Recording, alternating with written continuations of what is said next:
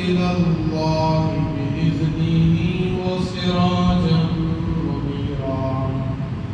أما بعد فأعوذ بالله من الشيطان الرجيم. بسم الله الرحمن الرحيم. يا أيها الذين آمنوا ادخلوا في السلم كافة ولا تتبعوا خطوات الشيطان إنه لكم عدو مبين. وقال تعالى في مقام آخر: ولا تقولوا لمن يقتل في سبيل الله أموات بل أحياء ولكن لا تشعرون.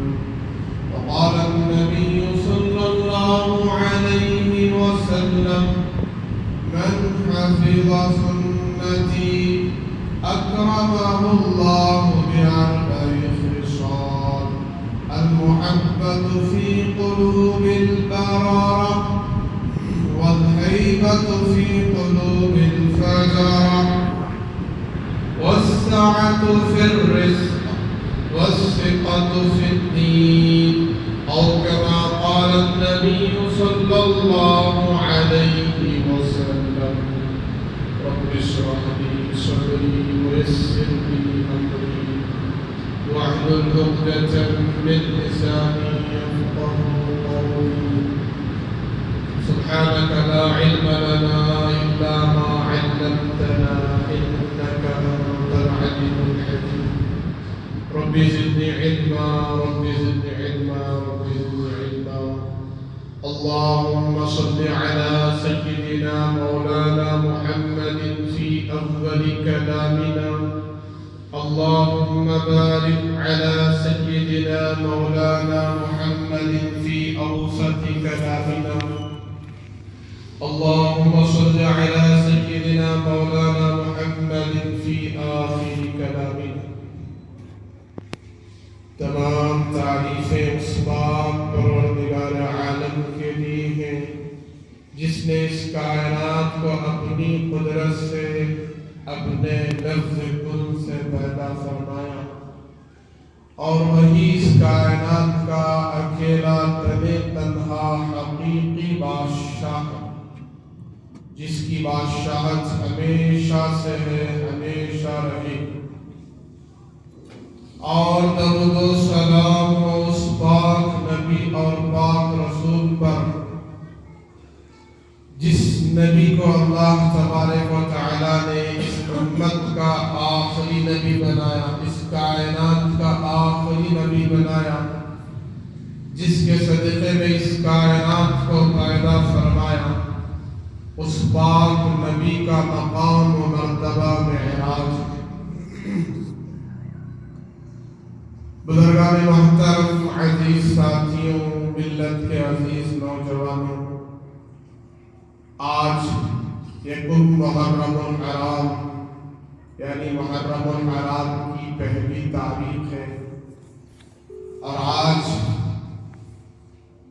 اسلامی اعتبار سے ہمارے لیے، مسلمانوں کے لیے، پوری امت مسلمہ کے لیے، عالم اسلام کے لیے نیا سال ہے. یہ بالکل ابتدائی تاریخ، آج کی پہلی تاریخ اس بات کی شاہد ہے کہ آج مسلمانوں کے لیے، اسلام والوں کے لیے نیا سال ہے. جیسے عیسائیوں کے لیے، اوروں کے لیے، غیروں کے لیے، نصرانیوں کے لیے جنوری نیا سال کہلاتا ہے.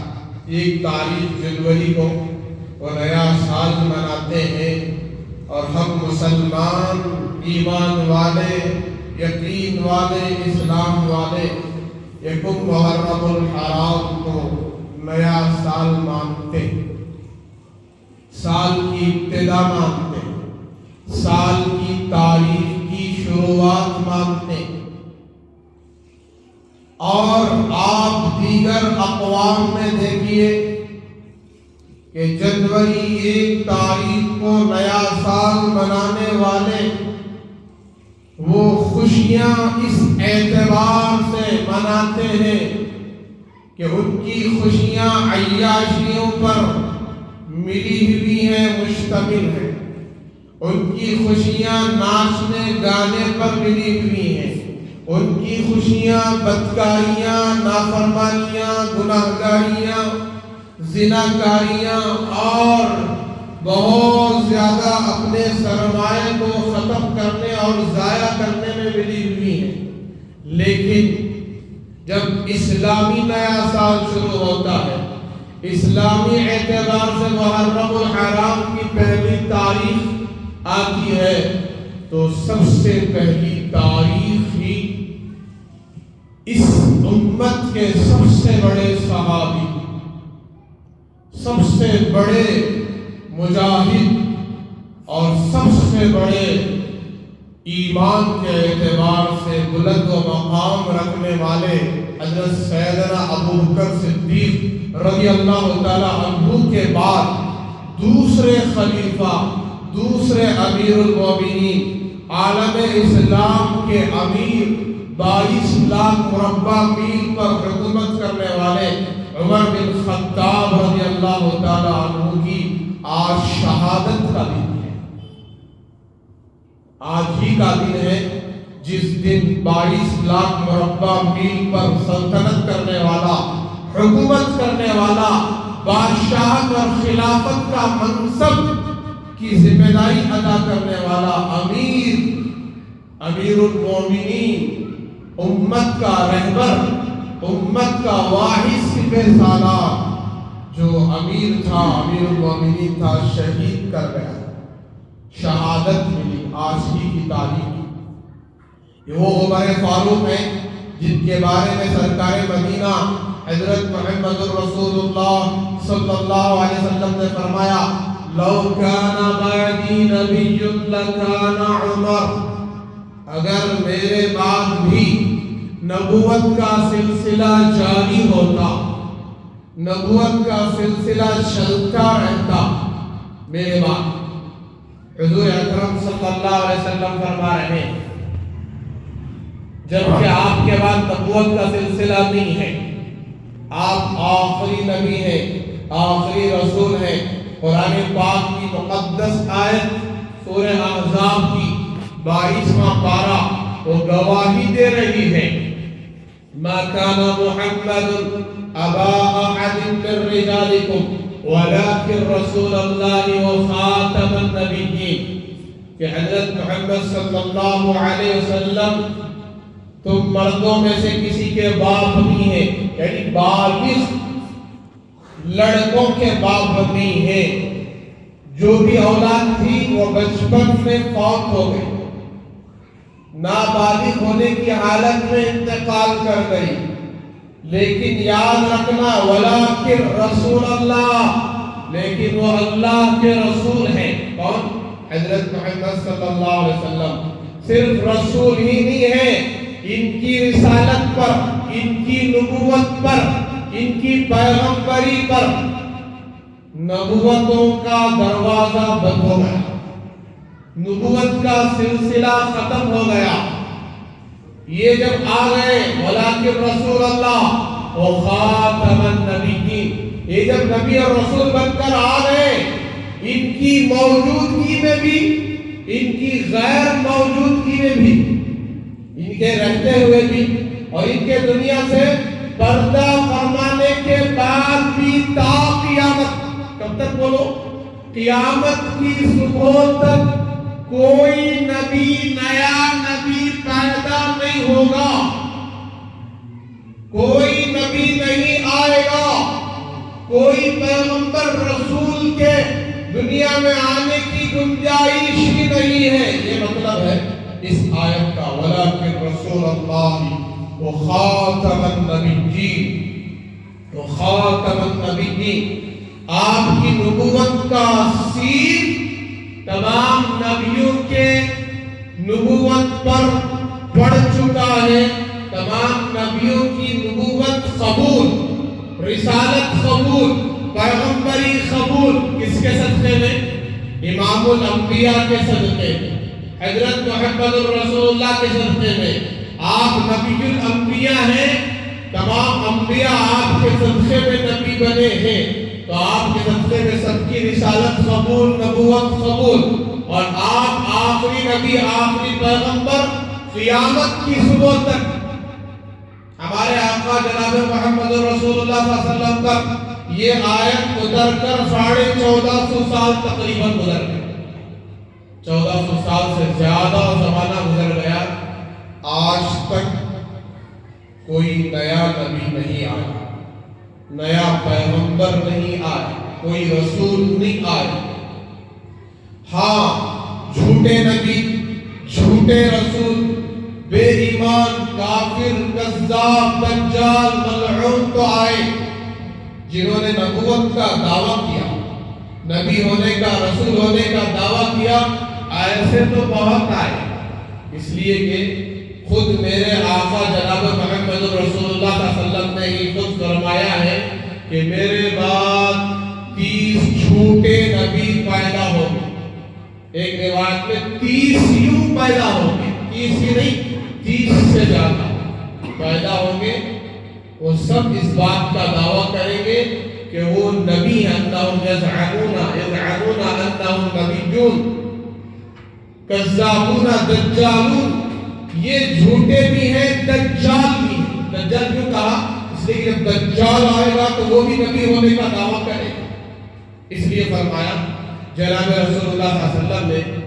لیکن ایک بات یہاں سمجھنے کی یہ ہے کہ آج یکم محرم الحرام، آج کی پہلی تاریخ، اسلامی تاریخ، نیا سال، پہلا دن، محرم الحرام کا مقدس محترم مہینہ، آج ہی کے دن عمر فاروق رضی اللہ تعالیٰ عنہ امیر المومنین کی شہادت ہوتی ہے۔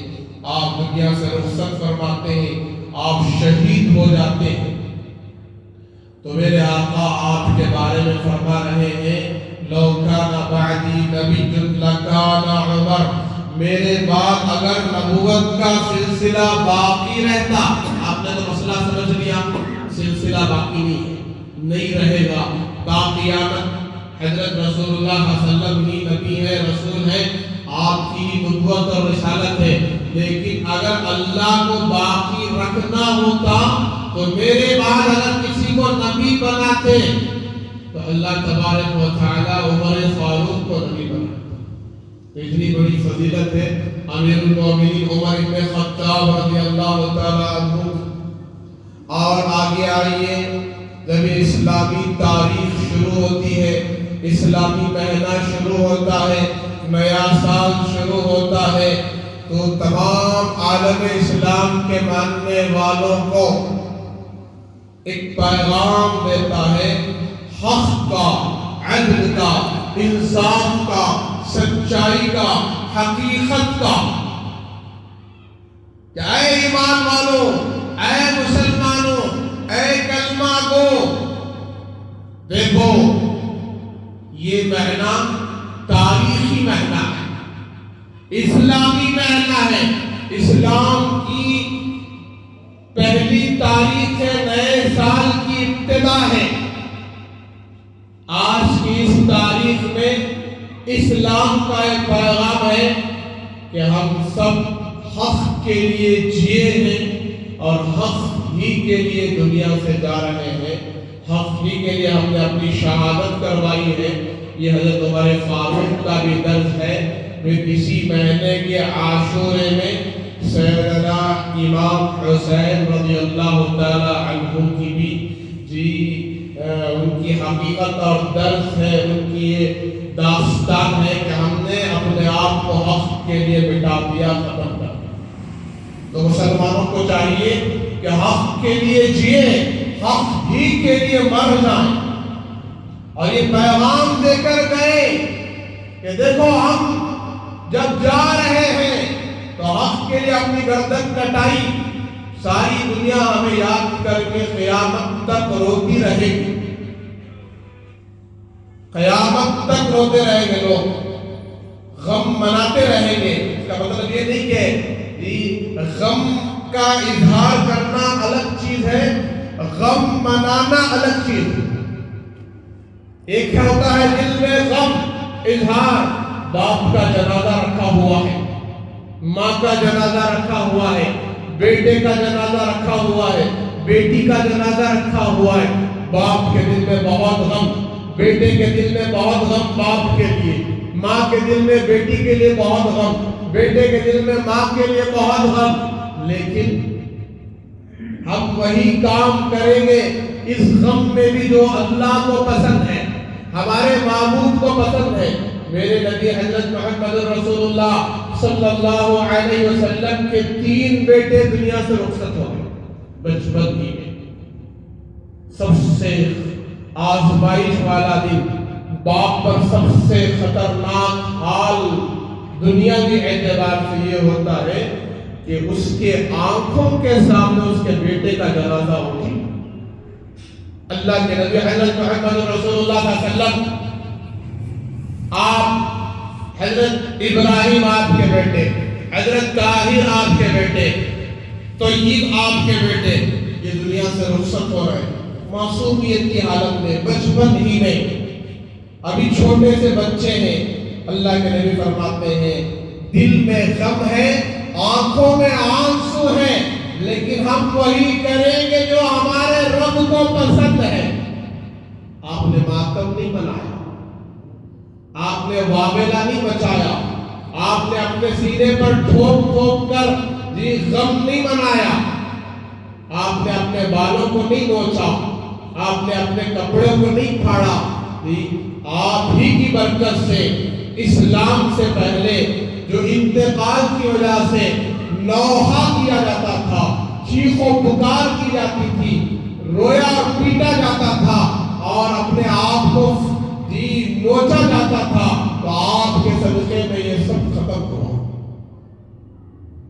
تو میرے بزرگوں، حضرت امام حسین رضی اللہ تعالی عنہ فرماتے ہیں اپنے اس عمل سے کہ ہم دنیا سے تو جا رہے ہیں، شہید تو ہو گئے، لیکن قیامت کی صبح تک ہم تم سب کے دلوں میں زندہ رہیں گے. ہم مر کر بھی زندہ ہیں. شہید کیا ہے؟ مر کر بھی وہ زندہ ہوتا ہے. اور خود قرآن کہتا ہے وَلَا تَقُولُوا لِمَنْ يُقْتَلُ فِي سَبِيلِ اللَّهِ أَمْوَاتٌ. ہرگز اپنی زبان سے کبھی بھی ان لوگوں کے بارے میں یہ نہ کہو جو دنیا میں اللہ کے راستے میں قتل کر دیے گئے، انتقال کر گئے، ان کی روحیں برباد ہو گئی، وہ مر چکے ہیں. بل احیاء، بلکہ وہ زندہ ہیں. قرآن گواہی دے رہا.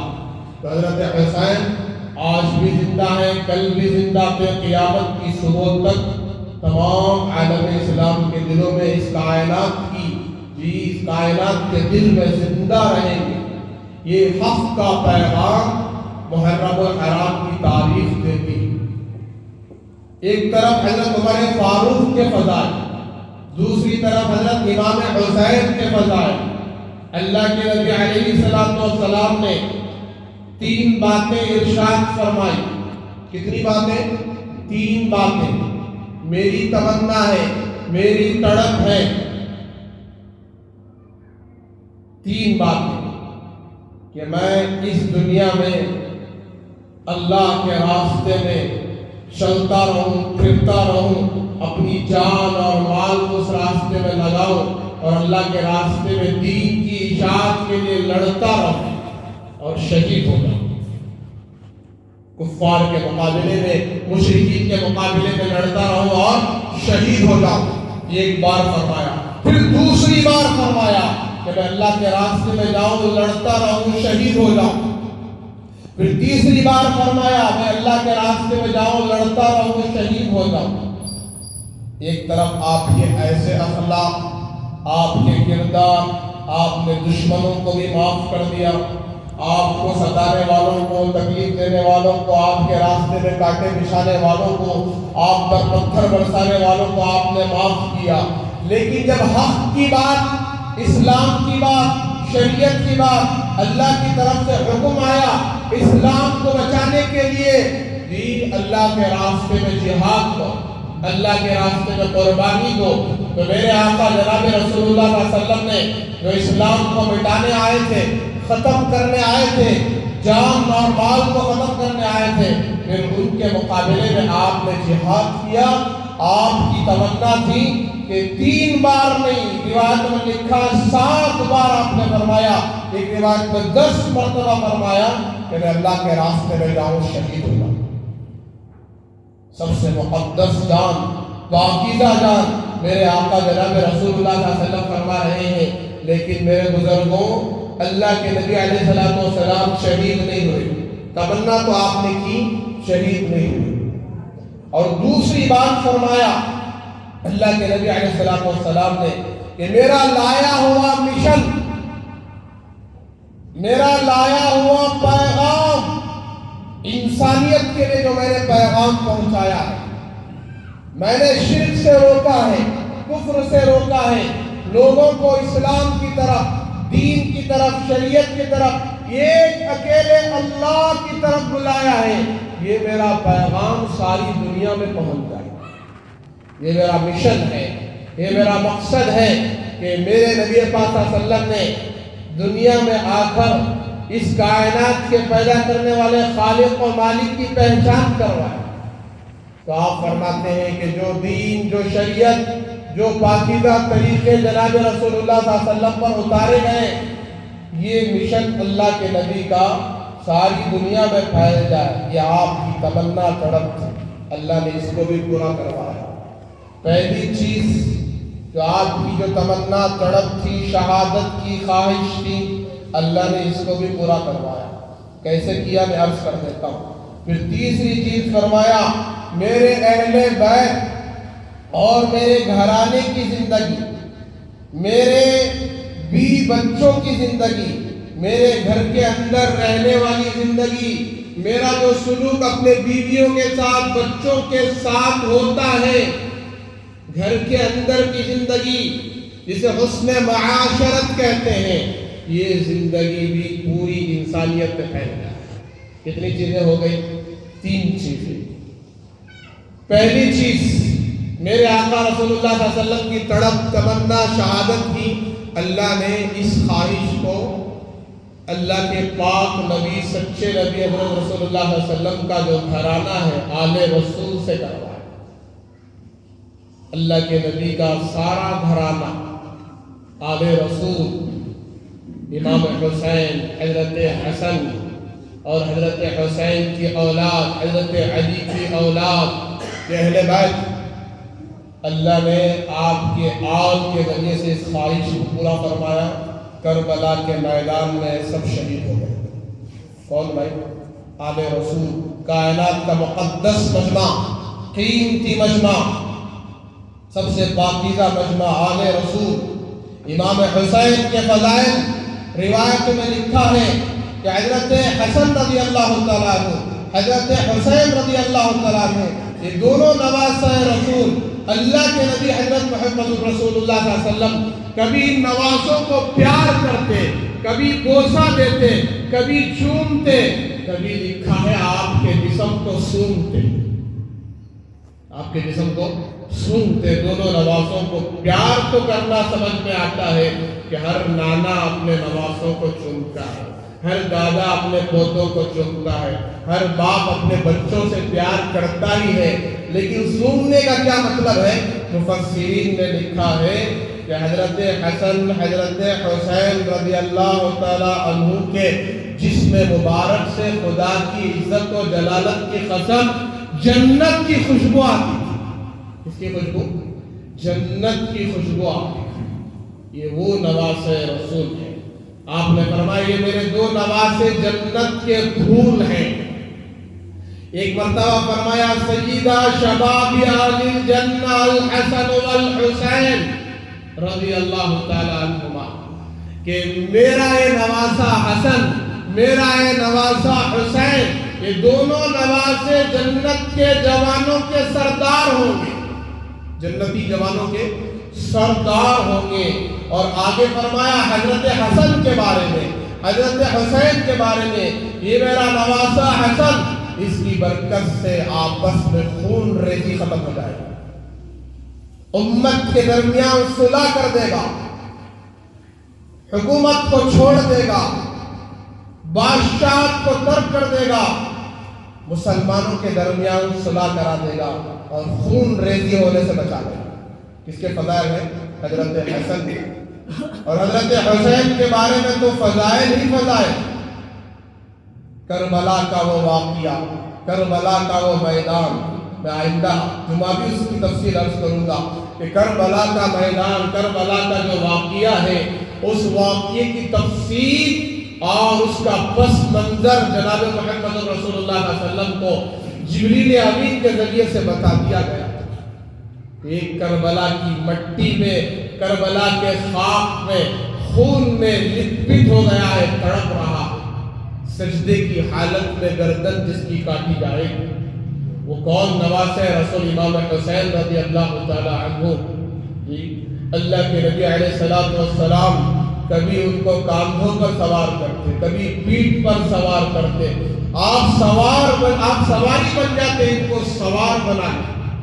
آپ نے بے حد محبت کیا، کبھی آپ نے ہونٹوں کا بوسہ لیا، کبھی گال کو بوسہ لیا، اتنا محبت، اتنی محبت اللہ کے نبی علیہ السلام کو اپنے نواسوں سے۔ لیکن جب خبر سنی ان کی شہادت کی تو اللہ کے نبی رونے لگے، آپ کے آنکھوں سے آنسو جاری ہو گئے۔ جبریل امین نے فرمایا، یا رسول اللہ، دو آپشن ہیں آپ کے پاس، یا تو امت کی حفاظت، امت کی مغفرت، یا تو نواسوں کی حفاظت، نواسوں کے قتل ہونے سے حفاظت۔ تو اللہ کے نبی علیہ السلام نے کیا انتخاب فرمانا پسند چاہا؟ جی پسند فرمایا کہ خدا کی عزت و جلالت کے قسم، اللہ کے نبی کو اپنے نواسوں سے زیادہ، ابھی آپ سن رہے ہیں، اپنے نواسوں سے زیادہ امت کی بخشش کی فکر، امت کی مغفرت کی فکر۔ آپ جب شب معراج پر تشریف لے گئے، اللہ تبارک و تعالیٰ سے ہم کلام ہوئے، اللہ کا دیدار ہوا، آپ اللہ کے اتنے قریب ہو گئے، قاب قوسین او ادنیٰ، دو کمانوں کے درمیان میں جتنا فاصلہ ہوتا ہے اتنے قریب ہو گئے۔ لیکن وہاں جا کر بھی ایک دفعہ نہیں، اللہ نے پوچھا، ہے محمد صلی اللہ علیہ وسلم، آپ کو کیا چاہیے، آپ کیا مانگتے ہیں، آپ کی کیا خواہش ہے؟ تو اللہ کے نبی نے بار بار 70 بار یہ جملہ کہا ہے، اللہ میری امت کو بخش دے، میری امت کو معاف کر دے، میری امت کو بخش دے۔ جو نبی، جو رسول، جو پیغمبر اللہ کے سامنے جا کر بھی، اللہ کا دیدار کر کے بھی امت کو نہیں بھلایا، آج یہ امت سود میں پڑھ کر رسول اللہ کو بھلا دیا، جوے میں پڑھ کر رسول اللہ کو بھلا دیا، کائنات کے محسن کو بھلا دیا، اور ناچ گانے میں پڑھ کر اللہ کے رسول کی شفقت اور مہربانی کو بھلا دیا، آپ کے احسانات کو بھلا دیا، مال و دولت کے نشے میں پڑھ کر رسول اللہ کی قربانیوں کو بھلا دیا۔ امت کو بھی کون سمجھائے اتنی بڑی قربانیاں، ایسے دین کے خاطر قربانیاں رسول اللہ صلی اللہ علیہ وسلم نے دی، اپنے سارے گھرانے کو قربان کر دیا، آل رسول قربان ہو گئی۔ آپ کی تڑپ، آپ کی تمنا، خود اپنی ذات کے لیے شہادت آپ نے پسند فرمایا، لیکن اللہ کو کیا منظور تھا؟ آپ کی خواہش تو پوری ہوئی، اس خواہش کو آپ کے آل کے ذریعے سے پورا فرمایا، آپ کا سارا گھرانہ شہید ہو گیا سوائے امام زین العابدین رحمۃ اللہ علیہ۔ پھر انہی سے وہ نسل چلی، کیونکہ میرے آقا نے فرمایا کہ ہر ایک کی نسل بیٹوں سے چلتی ہے، مردوں سے چلتی ہے، لیکن میری نسل بیٹیوں سے چلے، حضرت فاطمہ سے چلے۔ کون ہے حضرت فاطمہ؟ حضرت فاطمہ کون ہے؟ ان کے فضائل بیان کرنے کے لیے ایک جمعہ کافی نہیں ہے، ان کی عظمت کو، ان کے ادب کو، ان کے احترام کو، ان کے مقام و رفعت کو بیان کرنے کے لیے ایک جمعہ کافی نہیں ہے۔ لیکن شاعر کیا کہتا ہے؟ فدا ہے جس پہ خلد بھی ایسی ہے فاطمہ، فدا ہے جس پہ خلد بھی ایسی ہے فاطمہ۔ خلد کہتے ہیں جنت کو، ہمیشہ رہنے کی جگہ کو، فدا جنت بھی فدا اس خاتون پر، اس پاکیزہ نورانی صفات والی جی خاتون پر، حضرت فاطمہ پر۔ فدا ہے جس پہ خلد بھی ایسی ہے فاطمہ، اللہ کے حبیب کی بیٹی ہے فاطمہ، اللہ کے حبیب کی بیٹی ہے فاطمہ۔ کرب و بلا میں جس نے، کرب و بلا میں جس نے بچایا تھا دین کو، کرب و بلا میں جس نے بچایا تھا دین کو، بے شک اسی حسین کی امی ہے فاطمہ۔ تو میرے بزرگوں، آل رسول کی قربانیاں، ایک طرف صحابہ کی قربانی۔ تو میں عرض کر رہا تھا کہ اللہ نے اس خواہش کو، میرے نبی کی خواہش کو اپنے آل کے ذریعے سے پورا فرمایا۔ دوسری خواہش، حضور کا لایا ہوا مشن ساری کائنات میں پھیل جائے۔ بعثت لأتمم مکارم الاخلاق، مجھے دنیا میں اخلاق کی تکمیل کے لیے بھیجا گیا، اخلاق کو کمپلیٹ کرنے کے لیے بھیجا گیا۔ اخلاق کو سمجھنا ہے آپ کو، کیریکٹر کو سمجھنا ہے، میرے آقا کی زندگی پڑھو، آقا کی سیرت پڑھو، آپ نے کیسے سلوک کیا ہے انسانوں کے ساتھ، جانوروں کے ساتھ، مخلوق کے ساتھ، بیویوں کے ساتھ، بچوں کے ساتھ، معاشرے میں آپ کے اخلاق کیسے، آپ کی سیرت۔ حضور اکرم صلی اللہ علیہ وسلم نے اخلاق کی تکمیل کرنے کے لیے دنیا میں تشریف لائے۔ مکارم اخلاق، پاکیزہ اخلاق، اور دنیا میں گندے اخلاق ختم کرنا ہے، جھوٹ کو ختم کرنا، زنا کو ختم کرنا، چوری کو ختم کرنا، قتل کو ختم کرنا، نافرمانیاں، گناہ، گندے کاموں کو ختم کرنا۔ آپ دنیا میں اس لیے آئے، آپ کے آنے سے پہلے کیا حال تھا اس کائنات، اس دنیا کا کیا حال تھا، کیسی جہالت تھی، کیسی جاہلیت تھی، کیسی جاہلیت کا زمانہ تھا۔ آپ نے سارے زمانوں کو ختم کر، آپ کے پیروں تلے سارے رسم و رواج ختم ہو گئے، ساری جہالتیں ختم ہو گئی۔ سوالات پیغمبروں جیسی ہستیاں، پیغمبر تو نہیں بنے، سوالات پیغمبروں جیسی ہستیاں، 1.25 لاکھ صحابہ کو تیار کرنا ہے۔ 30 سال کے عرصے میں 1.25 لاکھ صحابہ تیار ہوئے، آپ کا مشن لے کر ساری کائنات میں گئے، ساری دنیا میں گئے۔ میرے نبی کا جو فرمان ہے، میرے نبی کی جو خواہش ہے کہ میرا مشن ساری دنیا میں پھیل جائے، تو ساری دنیا میں 1.25 لاکھ صحابہ کے ذریعے سے اسلام آئے۔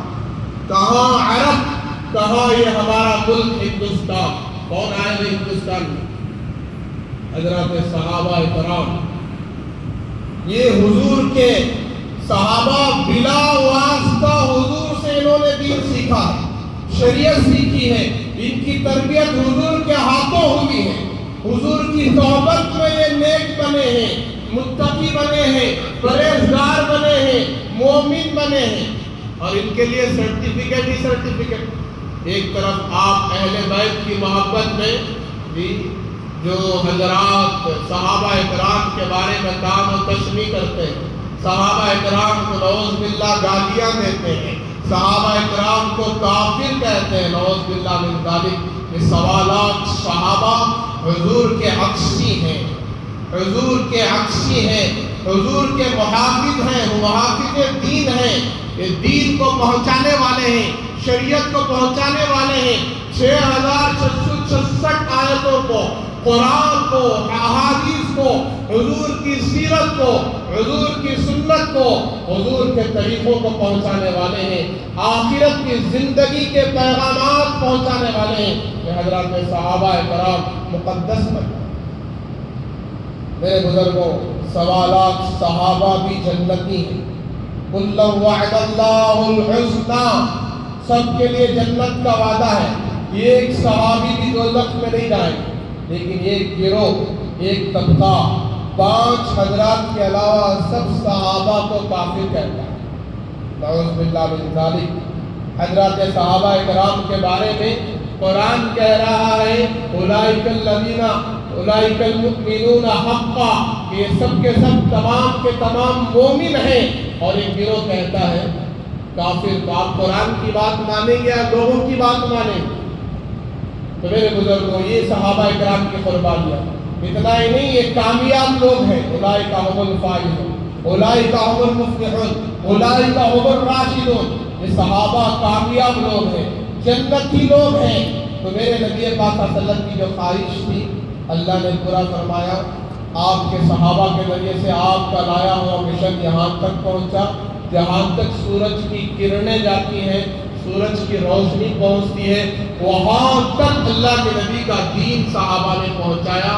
اپنی قبریں ہر ملک میں ہر جگہ بنایا، اور جہاں گئے وہاں دین شریعت اسلام کو زندہ کیا. تیسری خواہش میرے نبی کی، میرے گھرانے کا حال، میرا جو رہنا سہنا گھر والوں کے ساتھ، یہ پوری دنیا میں پھیل. آج ہمارا حال کیا ہے؟ میرے گھر کی زندگی، میرے بیوی کے ساتھ میرا جو سلوک ہے باہر والے کو کبھی معلوم نہیں ہوتا، پڑوسی کو کبھی معلوم نہیں ہوتا. کیوں بھائی؟ ہمارا رویہ، ہمارا سلوک بیوی کے ساتھ اتنا برا ہوتا ہے، معلوم نہیں کون ہر دن اپنی بیوی کو کتنی گندی گندی گالیاں دیتا ہے، کیسے کیسے سلوک کرتا ہے، مار پیٹ کرتا ہے، اور اس کے ساتھ باندی جیسا سلوک کرتا ہے، غلام جیسا سلوک کرتا ہے. اور ہم نہیں چاہتے کہ ہماری گھر کی زندگی باہر والوں کو معلوم ہو. لیکن میرے نبی کی پاک زندگی دیکھیں. آپ فرماتے ہیں میرے گھر کی زندگی پوری انسانیت میں پھیلتا. تو آپ کے گھر کی زندگی آپ کے ازواج مطہرات کے ذریعے سے پھیلی. آپ کی 9 بیویاں ایک ساتھ، 11 شادیاں آپ نے کی، 9 کی 9 بیویاں، اور جتنی بیویاں آپ کی تھی 11، سب نے حضور کے بارے میں گواہی دی. عورتیں اپنے مرد کے بارے میں، اپنے شوہر کے بارے میں، یہ آدمی سچا ہے، صحیح ہے، نیک ہے، ولی ہے، اچھا آدمی اگر گواہی دے دے تو سمجھو یہ سب سے بڑی گواہی ہے، سب سے بڑی سرٹیفکیٹ ہے. اس سے بڑی سرٹیفکیٹ اب دوسرے جگہ سے لینے کی ضرورت نہیں ہے. دنیا والے ایک آدمی کو ولی کہہ رہے ہیں، بزرگ کہہ رہے ہیں، بہت نیک کہہ رہے ہیں، لیکن گھر والی اس آدمی کو لان تان کر رہی ہے اور اس کے اخلاق سے پریشان ہے، تو یہ حقیقت میں ولی نہیں ہے. گھر والی اگر ولی ہونے کی گواہی دی، گھر والی اگر نیک ہونے کی گواہی دی تو واقعی یہ انسان نیک ہے. تو میرے آقا کی زندگی، گھریلو زندگی، یہ آپ کے ازواج مطہرات، آپ کے بیویوں کے ذریعے سے اللہ نے پھیلایا، پہنچایا. میرے بزرگ حضور کے 3 مشن تھے، 3 خواہشات تھی. اللہ نے پہلی خواہش آل رسول کے ذریعے سے، آپ کے گھرانے کے ذریعے سے کروا، آپ کے اولاد کے ذریعے سے. دوسری خواہش حضرات صحابہ کے ذریعے سے، اور تیسری خواہش آپ کی ازواج مطہرات، بیویوں کے ذریعے سے. ایک بات عرض کر دوں، حضرات صحابہ کرام کے بارے میں جو برا بھلا کہتے ہیں، نعوذ باللہ کافر کہتے ہیں، جبکہ حضرات صحابہ کرام کی شان قرآن بیان کر رہا ہے. آپ حضرات اللہ کو ایک مانتے ہیں، رسول اللہ کو آخری نبی، سچا نبی مانتے ہیں، قرآن کو سچی کتاب مانتے ہیں. جو کچھ فیصلے ہیں وہ اللہ پر چھوڑ دیں. حضرات صحابہ کرام، میں آخری درجہ بتا رہا ہوں، جو حضرات صحابہ کو برا بھلا کہتے ہیں، میں حق کا پیغام دے رہا ہوں. جو برا بھلا کہتے ہیں وہ اپنی زبان سے برا بھلا کہنا چھوڑ دیں اور خاموش ہو جائیں ان کے بارے میں، اور ان کو ایمان والے مان لیں، مومن مان لیں، مسلمان مان لیں، اور حضور کے عاشق مان لیں. ماننے میں آپ کا کیا جا رہا ہے؟ اگر قیامت کے دن خدا نہ خواستہ ایک بات سمجھانے کے لیے کہہ رہا ہوں، اگر حضرات صحابہ ویسے نہیں تھے جیسے آپ نے سمجھا، نعوذ باللہ من ذالک۔ میرا تو ایمان ہے، قرآن پر ایمان ہے۔ ایک ایک صحابی بھی، تمام اولیاء اللہ، بزرگان دین، قطب، ابدال، غوث، لاکھوں کروڑوں اولیاء اللہ سے افضل ہے۔ ایک ایک صحابی بھی، ایک ایک صحابی کی دھول تک لاکھوں اولیاء اللہ نہیں پہنچ سکتے۔ ایسی ذات کو صحابیت کہتے ہیں۔ اگر قیامت کے دن اللہ فیصلہ کر دے نعوذ باللہ صحابہ ایمان والے نہیں ہیں تو اللہ پر چھوڑیے، آپ تھوڑی نہ فیصل ہیں۔ آپ عدل اور انصاف کے ساتھ چلیں، تمام صحابہ کو مومن مانے، مسلمان مانے۔ جیسے اہل بیت کی محبت ہمارے دلوں میں ہے، ایسی ہی محبت صحابہ کی بھی ہو۔ اللہ کے نبی نے بار بار فرمایا، اللہ اللہ اصحابی لا تتخذهم غرضا من بعدی، کہ میرے صحابہ کے بارے میں خدا کا واسطہ دیتا ہوں، کبھی تان و تشنیع نہ کرنا، کبھی گالی گلوچ نہ دینا۔ میرے صحابہ سچے ہیں، میرے صحابہ ستاروں کے مانند ہیں۔ جو ان سے محبت کرتا ہے وہ مجھ سے محبت کرنے والا ہے، جو ان سے نفرت رکھتا ہے وہ مجھ سے نفرت رکھنے والا ہے۔ آپ نے یہاں تک فرما دیا۔ لہذا میرے بزرگوں، محرم الحرام کا پیغام یہ ہے کہ قربانیاں، حق کے لیے جینا، حق ہی کے لیے مر جانا۔ اور امام حسین کی جو شہادت ہوئی ہے وہ سجدے کی حالت میں ہے، انہوں نے کام کیا ہے۔ اب ہمیں جو ہے آخری درجہ ان کا مقام سمجھنا ہے کہ ہم اتنا کام تو نہیں کر سکتے، بس اب عمل کے لیے ہم تیار رہیں کہ انہوں نے کربلا کے میدان میں چاروں طرف تلواروں کی مار ہے، چاروں طرف بھیڑیے ہیں، شیاطین ہیں، چاروں طرف خون خار جانور ہیں، اور درندے۔ ایسے ماحول میں بھی اللہ کا حکم انہوں نے نہیں بھولا، سجدہ کرنا نہیں چھوڑا، اللہ کی عبادت نہیں چھوڑی۔